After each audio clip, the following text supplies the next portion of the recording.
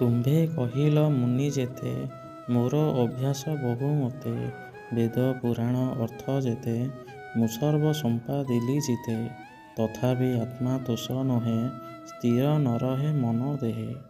ଅର୍ଥାତ୍ ନାରଦଙ୍କ କଥା ଶୁଣି ବ୍ୟାସଦେବ ନିଜ ମନର ଅବସ୍ଥା ଖୋଲାମେଲା ଭାବେ କହୁଛନ୍ତି। ସେ କହୁଛନ୍ତି, ଆପଣ ଯାହା କହିଲେ ସେସବୁ ମୋର ଅଭ୍ୟାସ ଓ ଅନୁଭବ ସହିତ ମେଳ ଖାଉଛି। ମୁଁ ବେଦ ପୁରାଣର ସମସ୍ତ ଅର୍ଥ ଜାଣିଛି, ତଥାପି ମନରେ ପୂର୍ଣ୍ଣ ସନ୍ତୋଷ ଆସୁନାହିଁ। ମୋ ମନ ଅଶାନ୍ତ ରହୁଛି। ଏଠାରେ ବ୍ୟାସଦେବଙ୍କ ଦ୍ୱନ୍ଦ୍ୱ ପ୍ରକାଶ ପାଉଛି। ଅପାର ଜ୍ଞାନ ଥିଲେ ମଧ୍ୟ ଭଗବାନଙ୍କ ଶୁଦ୍ଧ ଭକ୍ତି ଅଭାବରୁ ହୃଦୟ ଶାନ୍ତି ମିଳୁନାହିଁ।